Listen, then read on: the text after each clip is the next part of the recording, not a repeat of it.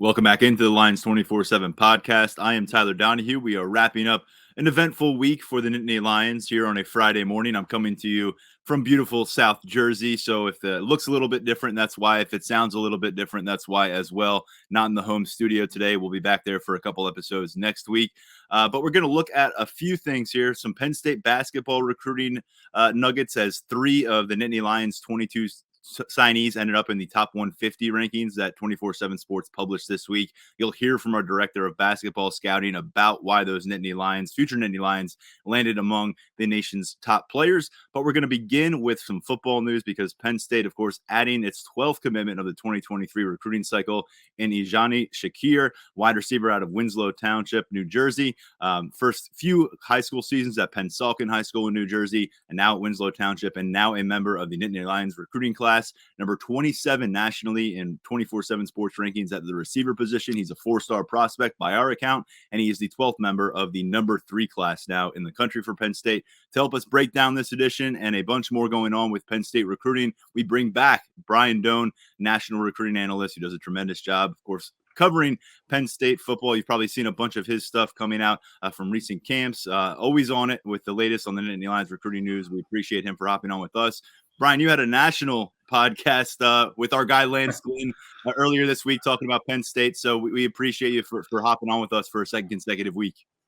Yeah, no problem, man. I'm always willing to be on here and talk some Penn State recruiting.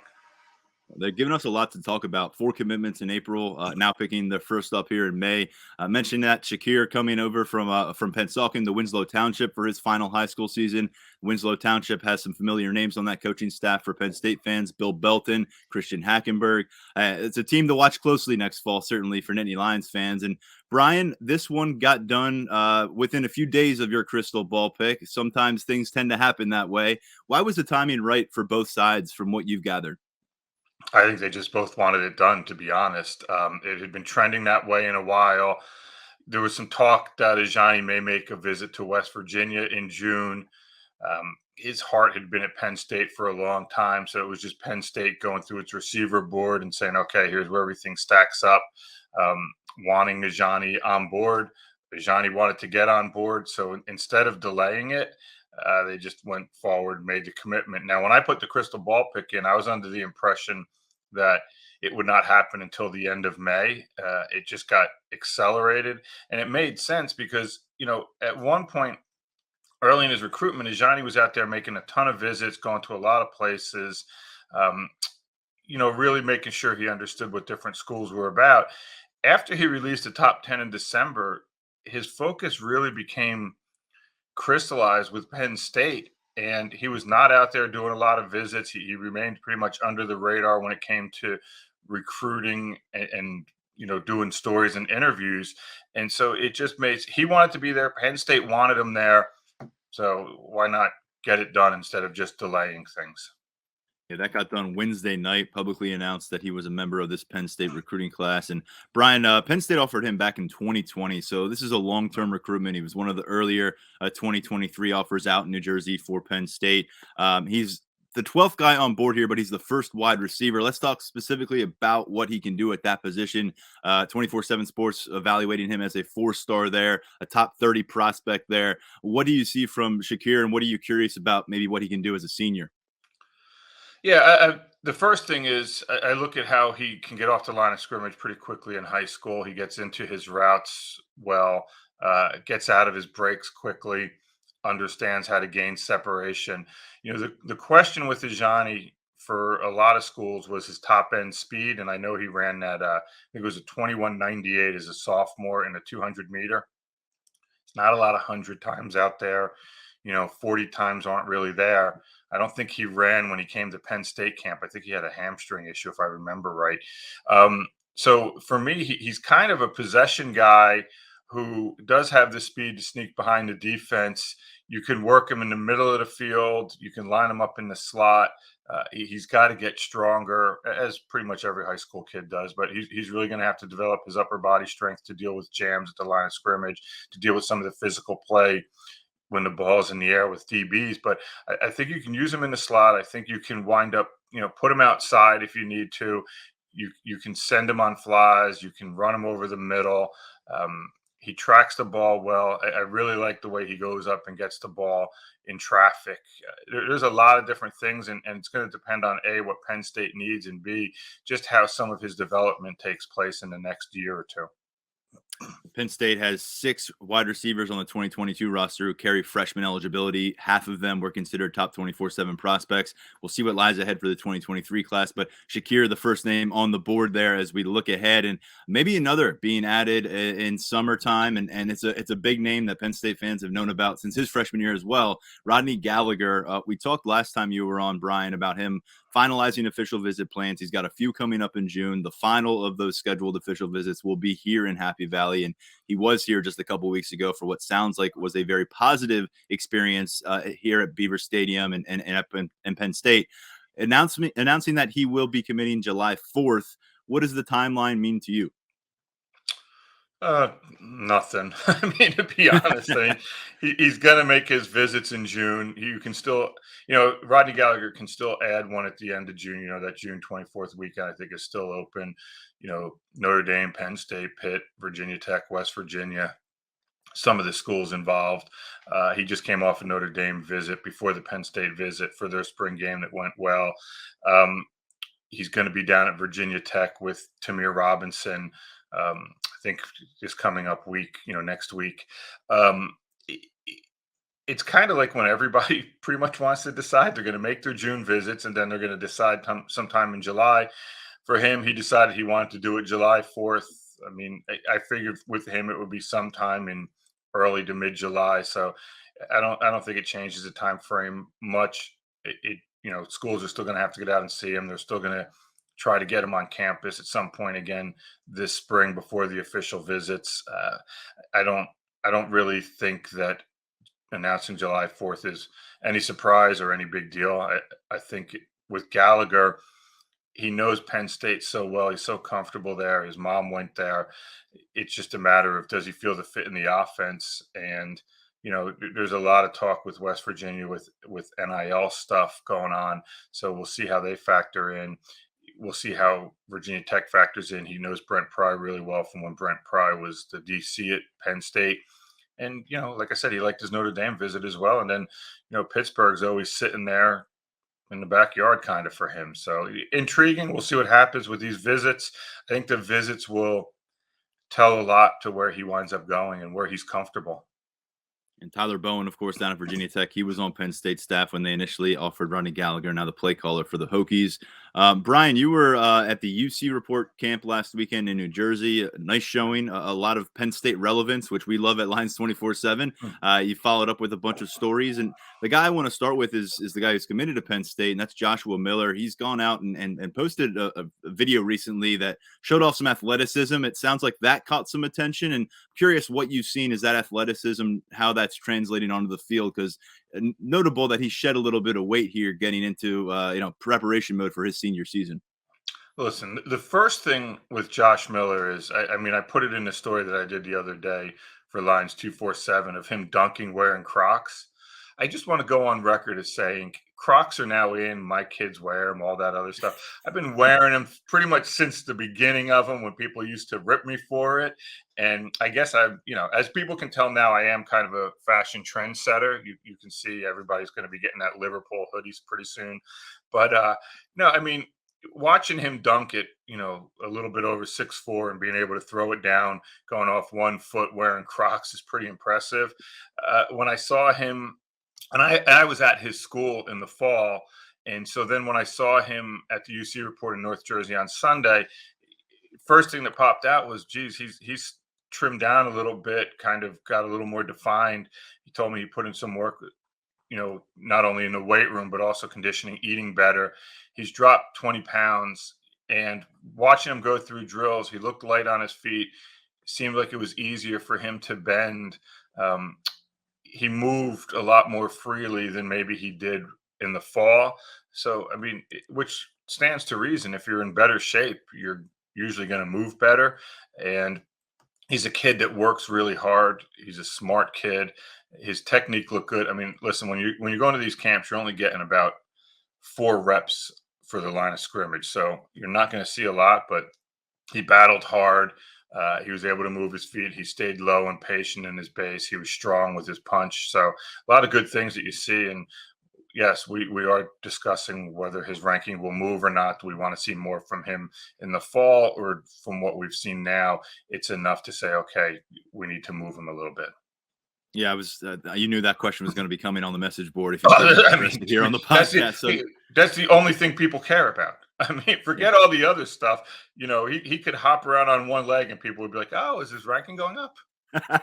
Well, nice job being proactive on that one. Samson Okunlola was your top performer in the piece that you put up coming out of that camp, and clearly he is a coveted commodity when you look at the offensive line class for 2023. A big time tackle prospect. Penn State would love to make sure they're in the mix for him moving forward. What's your read on his recruitment? Doesn't sound like he's quite there yet in finalizing his travel plans.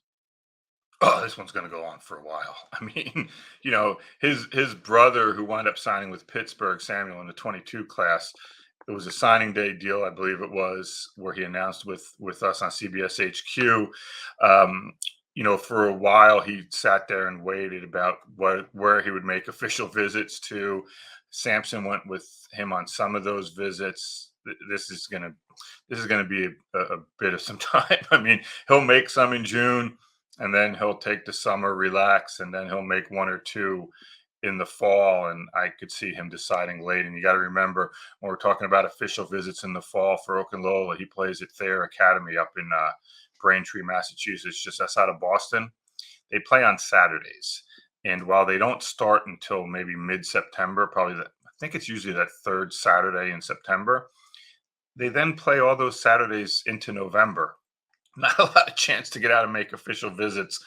But he's smart enough to know he needs to get in a few, whether it's, and him and I spoke about this after, I wrote a story. Not only was he a top performer, then I wrote a story on where his recruitment sits. And, he said, listen, there is no top list of schools. And the story didn't say that. But of course, coaches are wondering if he has a top list yet. And he doesn't. But there's a bunch in there: Penn State, Ohio State. I mean, just go down, Georgia, A&M, Oregon. I mean, he'll wind up making his 5 visits and getting through the process, but it's going to be a while. And I think right now Penn State sits in a good chance to get an official. I think they'll get one, but we'll see. 5-star composite, number 25 overall in the 247 Sports rankings. One other name here, I don't think he was at this camp, but while I'm on the subject of offensive linemen, you got around the scene, Logan Howland at the Hun School in Princeton. I mean, this is a guy that has really surfaced in the spring. We talked about his story last week, transitioning from tight end, reclassifying from 2022 to 2023. Got some history on the basketball court. You got some eyeballs on him. You heard from him about where his recruitment's headed. Penn State going to factor into this one after extending an offer a couple weeks ago? It's a great question. I mean, are they? They're factoring in right now. You know, the one thing with Logan Howland, when you're making that transition from tight end to offensive tackle, is it's going to take a little bit of time for that upper body strength to really show. And watch. I was at his workout last week at the Hun School in Princeton, which for Penn State folks, same place as Caden Wallace went, same place as Fred Hansard went. And so I was able to watch him. He bends well. He's athletic. He's got length. He moves really well. So now the question is technique, which he's still learning, which on the plus side, he goes in as kind of like a nice piece of clay that you can mold without a lot of bad habits. He does have some blocking in his background as a tight end. So it's not like he's adverse to playing with his hand on the ground and all that stuff, but it's going to take a little bit of time to build up his strength. And so the question then becomes, with Penn State, with what they have on the offensive line, with guys that they're still recruiting, whether it's Evan Link, whether it's Samson Okunlola or somebody else, whether it's Zachariah Owens or Caden Proctor, there's a list of guys that they have that maybe or a little further along from a physical standpoint. And so, yes, they extended the offer. He's got 4 officials set up already. One is not to Penn State. The other schools he really mentioned were Michigan and Penn State from those 4 officials. And those officials, just so we know, Oklahoma, Iowa, Vanderbilt, and Miami. if he goes to Michigan and it goes well there, I could see him coming out of the weekend setting an official to Michigan. But as you well know, just because you set 5 officials in May doesn't mean those are the 5 officials you're going to take when it comes time in June. Absolutely, especially where you're packing a lot of recruitment into a short portion like you are in this situation. Brian, London Montgomery was another guy that you got to speak with at the UC report. Clearly a name that has been on the rise for Nittany Lions fans as they assess the running back recruitment situation in 2023. You signed a couple top 24/7 prospects there last class. It's in good shape, but you always want to be stacking. London Montgomery coming out of that camp, go moving toward June. Where do you see him progressing right now? In his recruitment, I mean, I think Penn State's the school to beat. He's been on campus a few times. You know, he was there before getting offered. I remember he visited in January. He got offered. He got up to campus a few times. The one official visit he has set right now is to Penn State in June. Um, if you're an in-state running back, it's tough to beat Penn State. And I think that's where it stands now. Rutgers, Boston College have done a really good job in recruiting him. You know, Virginia Tech has done a good job recruiting him. Pittsburgh is starting to make a move with him. But at the end of the day, traditionally, Penn State wins these battles. I'm close to putting in a crystal ball pick, so everybody takes that for what it's worth too. There's nothing coming down the pike in terms of when he's going to announce, but it's just a feel I get in talking to him and watching some of the things and how his recruitment is playing out. Another name here, defensive lineman Mason Robinson. As we continue, I mean, you're trying to lock down when these guys are visiting, where they're visiting, how it's going to factor into their timeline. Is another name that popped up, and another one where Penn State is in the picture. Yeah, I mean, I wrote about Mason Robinson on Wednesday. An assist to Jackie Franchuli from our Virginia site, who was at the school and got me some stuff. He's going to visit Northwestern this weekend officially, and he has officials for June to Penn State and Virginia Tech. And again, I'm sure everybody out there who is not on Lions 247 will be on Lions 247 to read it. But you know, he's a defensive lineman from McDonough, which is right in Penn State's wheelhouse in terms of getting players. You know, I think there's 4 of them on the roster right now at Penn State from McDonough. And so Penn State wants him. He had a great relationship with the D-line coach, John Scott. I think Penn State's in a good spot with him, but I think Mason Robinson wants to go visit a bunch of places. I think Northwestern's going to be interesting for him this weekend because it's beautiful. They got great facilities out there. It's a high academic school. He's at McDonough, which is a high academic school. So I'm curious to see if Northwestern can really make a push in this one and get real. I mean, he's making an official, so they're really involved, but really become one of those factors where you say, listen, man, Penn State's got to work and Virginia Tech's got to work on this one. So we'll see. Again, Penn State at number 3. Last I checked, those rankings are shifting daily with all the movement going on in the recruiting world right now. But tops in the Big Ten coming off of the Ajani Shakir commitment. Brian, we always appreciate it. Probably won't be too long before you're back on the podcast. But I know you got other podcast duties coming up today. So thanks a lot for making some time for us. Yeah, hey, thank you very much for having me on. I appreciate it. Great stuff from Brian Dohn, as always. Make sure you're following his content. I think he'll have some more stuff up later here on Friday at Lions247.com as he keeps his finger on the pulse of Penn State recruiting across the region. We're going to shift gears now and get into some Nittany Lions basketball recruiting because a big announcement from 247 Sports this week, the final top 150 rankings for the class of 22 recruits, and that includes 3 incoming Penn State basketball players. And we don't talk much Nittany Lions hoops recruiting on this show, but a good opportunity to do that. We've got a great guest to do it with. Let's bring him in. Adam Finkelstein recently joined 247 Sports as the director of college basketball scouting. He's done a tremendous job early on. I've been excited to follow some of your coverage. I know Penn State fans are always happy when Nittany Lions news pops up, and we're going to get into a bunch of it. There's one player in particular that you think the industry may be overlooking a little bit. But let's give you a chance real quick. It's your first time on the show with us, Adam. If you could give a little bit of the lay of the land of how you got to 247 Sports and kind of what your mission is with us. Well, thanks very much for having me. First of all, yeah, it's been an exciting few weeks. This is the beginning of week 4 for me. And it was, coming here was a culmination of a pretty long process. And spent 12 years at ESPN doing college basketball recruiting from them, and both .com and on air. So that was a terrific experience with a lot of great people that I'm forever grateful for. But I really think that what we've got going here at 24/7 with CBS HQ is on the verge of being an unprecedented platform in not just recruiting, but college sports. I mean, the type of access you have, the type of network you have in terms of boots on the ground, all types of different perspective. And then with the digital networks, and I say that as a plural, it's really just, I think, a great time to be in this space. And that's ultimately what really, got me to come over. I think you asked about my history before, kind of going over to the media side. I coached at the college level, Division III and Division I. I did a couple of years scouting under Marty Blake, who was the director of scouting for the NBA. So I've been very fortunate to experience the game at a variety of different levels, and hopefully that helps to kind of educate the type of analysis I'm able to bring to our readers and followers. Absolutely. We appreciate all the insight that you bring to 247 Sports, and let's get some of it now, because 3 names popped up again in these top 150 rankings for 2022 basketball recruits. So guys that are going to be impacting the court this upcoming season. Let's start with the man who's tops among Nittany Lions players, and that is Evan Mahaffey, number 117 overall, forward out of Archbishop Moeller in Cincinnati. I'm just going to throw these names at you and let you do your job.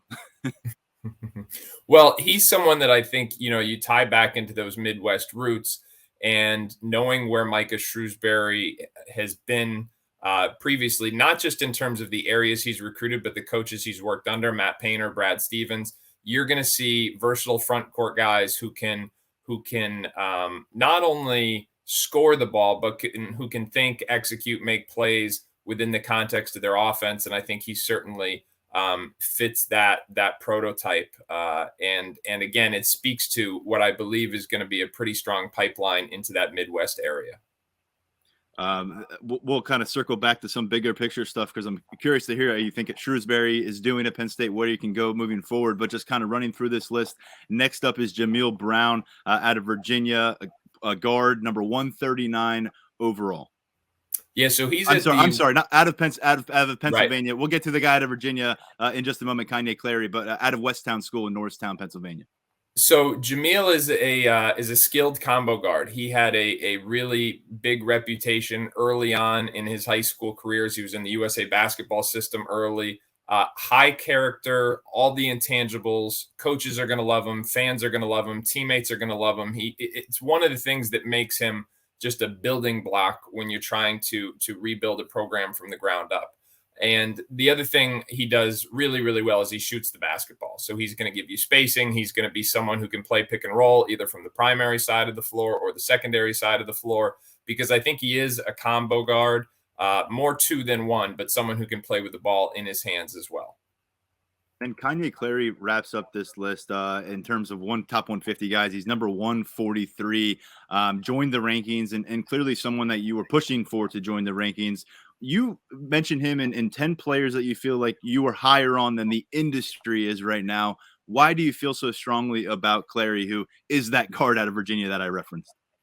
Well, he's just a warrior, and I'm going to try not to describe him in ways that'll come off as cliche, but he just, all those cliches are they're cliches for a reason. And usually that's because they're pretty accurate, but he is just the heart and soul of a team, coach on the floor, all that stuff. And I got a chance to watch him more than most this season. He was playing at Massanutten Military Academy in Virginia. And when I tell you he would just single-handedly will that team to wins over teams that from a talent perspective, they had no business beating in terms of 1 through 12 on the roster. But this guy just has that type of contagious mentality, contagious leadership.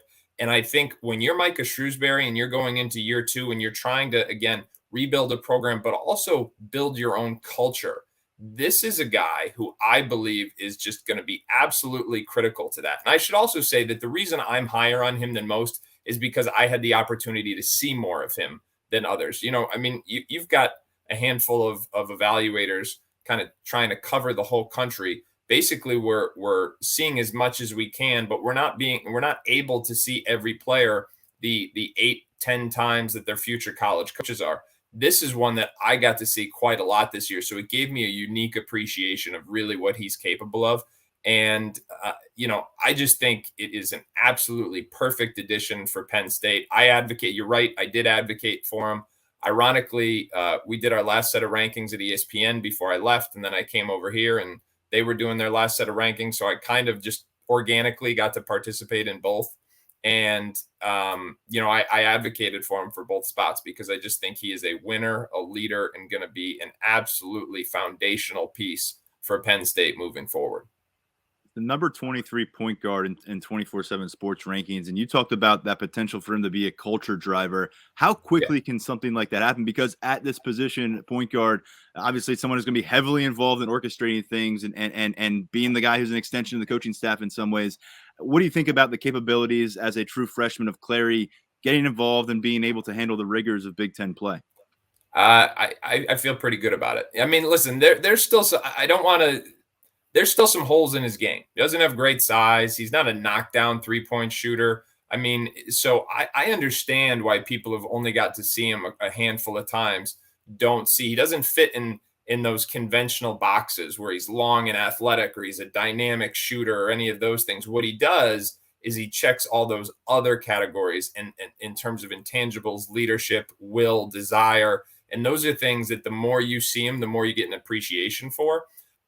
So having had the luxury of seeing him as often as I have, I can't envision a scenario where he comes in and despite being a freshman where he feels uncomfortable asserting himself. That's just not this guy's mentality whatsoever. So I think you'll see him make an impact from day one. Now, whether or not that'll manifest itself into stats or minutes or starts, I think that stuff is more external in nature, but internally, I can pretty much guarantee that the program is going to get better right away by him coming into the fold.